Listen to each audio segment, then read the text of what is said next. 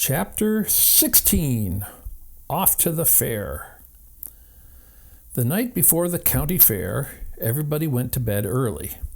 Fern and Avery were in bed by 8. Avery lay dreaming that the Ferris wheel had stopped and that he was in the top car. Fern lay dreaming that she was getting sick in the swings. Lurvy was in bed by 8:30. He lay dreaming that he was throwing baseballs at a cloth cat and winning a genuine Navajo blanket. Mr. and Mrs. Zuckerman were in bed by 9. Mrs. Zuckerman lay dreaming about a deep freeze unit. Mr. Zuckerman lay dreaming about Wilbur. He dreamt that Wilbur had grown until he was 116 feet long and 92 feet high, and that he had won all the prizes at the fair and was covered with blue ribbons and even had a blue ribbon tied to the end of his tail. Down in the barn cellar, the animals, too, went to sleep early, all except Charlotte. Tomorrow would be fair day. Every creature planned to get up early to see Wilbur off on his great adventure. When morning came, everybody got up at daylight. The day was hot. Up the road at the Arables' house, Fern lugged a pail of hot water to her room and took a sponge bath. Then she put on her prettiest dress because she knew she would see boys at the fair. Mrs. Arable scrubbed the back of Avery's neck and wet his hair and parted it and brushed it down hard till it stuck onto the top of his head, all but about 6 hairs that stood straight up. Avery put on clean underwear, clean blue jeans, and a clean shirt. Mr. Arable dressed, ate breakfast, and then went out and polished his truck. He had offered to drive everybody to the fair, including Wilbur. Bright and early, Lurvy put clean straw in Wilbur's crate and lifted it into the pig pen. The crate was green. In gold letters it said, "Zuckerman's Famous Pig." Charlotte had her web looking fine for the occasion. Wilbur ate his breakfast slowly. He tried to look radiant without getting food in his ears. In the kitchen, Mrs. Zuckerman suddenly made an announcement. "Homer," she said to her husband, "I'm going to give that pig a buttermilk bath." "A what?" said Mr. Zuckerman. "A buttermilk bath. My grandmother used to bathe her pig in buttermilk when it got dirty. I just remembered." "Wilbur's not dirty," said Mr. Zuckerman proudly. "He's filthy behind the ears," said Mrs. Zuckerman. "Every time Lurvy slops him, the food runs down around his ears, and it dries and forms a crust. He also has a smudge on one side where he lays in the manure." "He lays in clean straw," corrected Mr. Zuckerman. "Well, he's dirty, and he's going to have a bath." Mr. Zuckerman sat down weakly and ate his donut. His wife went to the woodshed. When she returned, she wore rubber boots and an old raincoat, and she carried a bucket of buttermilk and a small wooden paddle. "Edith, you're crazy," mumbled Zuckerman, but she paid no attention to him. Together they walked to the pig pen. Mrs. Zuckerman wasted no time. She climbed in with Wilbur and went to work. Dipping her paddle in the buttermilk, she rubbed him all over. The geese gathered around to see the fun, and so did the sheep and the lambs. Even Templeton poked his head out cautiously to watch Wilbur get a buttermilk bath. Charlotte got so interested she lowered herself on a drag line so she could see better. Wilbur stood still and closed his eyes. He could feel the buttermilk trickling down his sides. He opened his mouth and some buttermilk ran in it. It was delicious. He felt radiant and happy. When Mrs. Zuckerman got through and rubbed him dry, he was the cleanest, prettiest pig you ever saw. He was pure white, pink around the ears and snout, and smooth as silk. The Zuckermans went up to change into their best clothes. Lurvy went to shave and put on his plaid shirt and his purple necktie. The animals were left to themselves in the barn. The 7 goslings paraded around and round their mother. "Please, please, please take us to the fair," begged a gosling. Then all 7 began teasing to go. "Please, please, please, please, please, please." They made quite a racket.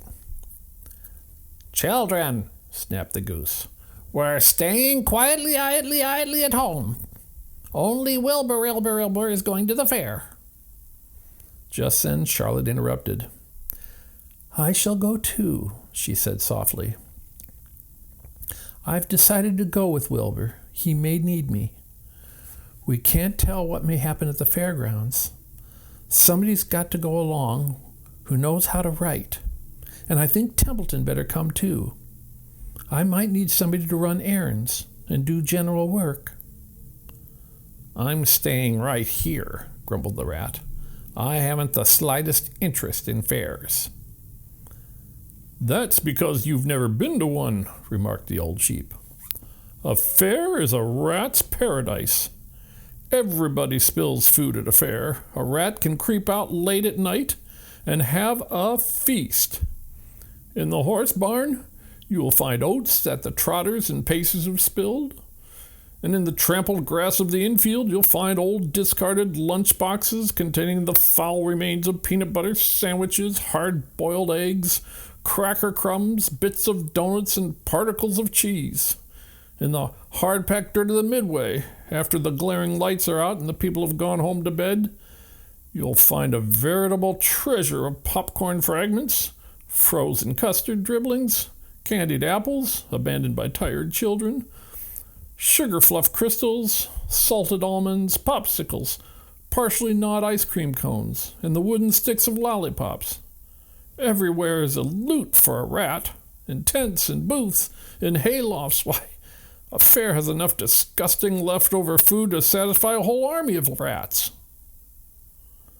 Templeton's eyes were blazing. "Is this true?" he asked. "Is this appetizing yarn of yours true? I like high living, and what you say tempts me."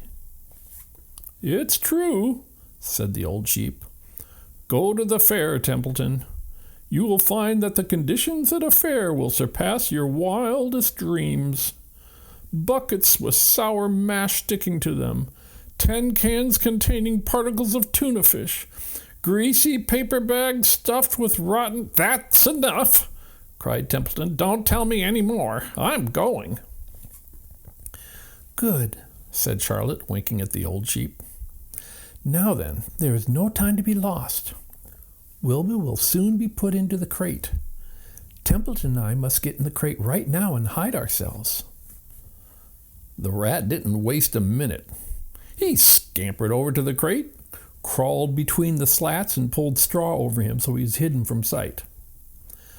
"All right," said Charlotte, "I'm next." She sailed into the air, let out a drag line, and dropped gently to the ground. Then she climbed the side of the crate and hid herself inside a knothole in the top board. The old sheep nodded. "What a cargo," she said. "That sign ought to say Zuckermans' famous pig and 2 stowaways." "Look out! The people are coming, shouted the gander. "Cheese it, cheese it, cheese it!"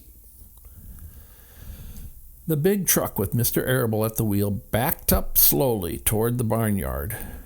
Lurvy and Mr. Zuckerman walked alongside. Fern and Avery were standing in the body of the truck, hanging on to the sideboards.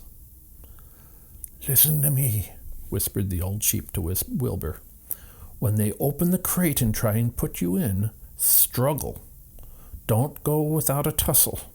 Pigs always resist when they are being loaded." "If I struggle, I'll get dirty," said Wilbur. "Never mind that. Do as I say. Struggle. If you were to walk into the crate without resisting, Zuckerman might think you were bewitched. He'd be scared to go to the fair." Templeton poked his head up through the straw. "Struggle if you must," said he. But kindly remember that I'm hiding down here in this crate, and I don't want to be stepped on or kicked in the face or pummeled or crushed in any way or squashed or buffeted about or bruised or lacerated or scarred or biffed. Just watch what you're doing, Mr. Radiant, when they get shoving you in." "Be quiet, Templeton," said the sheep. "Pull in your head. They're coming. Look radiant, Wilbur. Lay low, Charlotte. Talk it up, geese." The truck backed slowly to the pig pen and stopped. Mr. Arable cut the motor, got out, walked around to the rear, and lowered the tailgate. The geese cheered. Mrs. Arable got out of the truck. Fern and Avery jumped to the ground. Mrs. Zuckerman came walking down from the house. Everybody lined up at the fence and stood for a moment admiring Wilbur and the beautiful green crate. Nobody realized that the crate already contained a rat and a spider. "That's some pig," said Mrs. Arable. "He's terrific," said Lurby. "He's very radiant," said Fern, remembering the day he was born. "Well," said Mrs. Zuckerman, "he's clean anyway. The buttermilk certainly helped." Mr. Arable studied Wilbur carefully. "Yes, he's a wonderful pig," he said. "It's hard to believe that he was the runt of the litter. You'll get some extra good ham and bacon, Homer, when it comes time to kill that pig." Wilbur heard these words, and his heart almost stopped. "I think I'm going to faint," he whispered to the old sheep who was watching. "Kneel down," whispered the old sheep. "Let the blood rush to your head."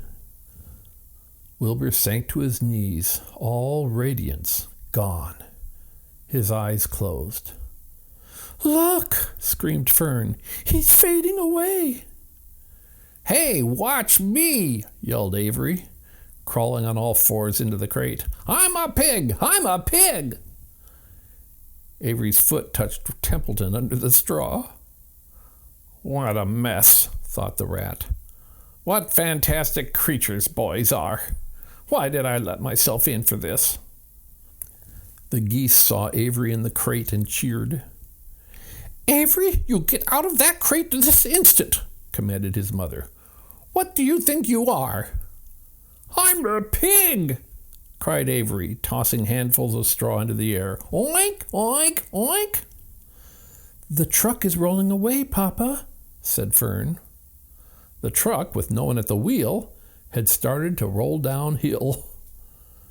Mr. Arable dashed to the driver's seat and pulled on the emergency brake. The truck stopped. The geese cheered. Charlotte crouched and made herself as small as possible in the knothole so Avery wouldn't see her. "Come out at once!" cried Mrs. Arable. Avery crawled out of the crate on hands and knees, making faces at Wilbur. Wilbur fainted away. "The pig is passed out," said Mrs. Zuckerman. "Throw water on him." "Throw buttermilk," suggested Avery. The geese cheered. Lurby ran for a pail of water. Fern climbed into the pen and knelt by Wilbur's side. "It's sunstroke," said Zuckerman. "The heat is too much for him." "Maybe he's dead," said Avery. "Come out of that pig pen immediately," cried Mrs. Arable. Avery obeyed his mother and climbed into the back of the truck so he could see better. Lurby returned with cold water and dashed it on Wilbur. "Throw some on me," cried Avery. "I'm hot too."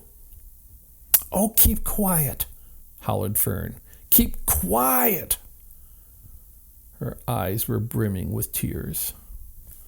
Wilbur, feeling the cold water, came to. He rose slowly to his feet while the geese cheered. "He's up," said Mr. Arable. "I guess there's nothing wrong with him." "I'm hungry," said Avery. "I want a candied apple."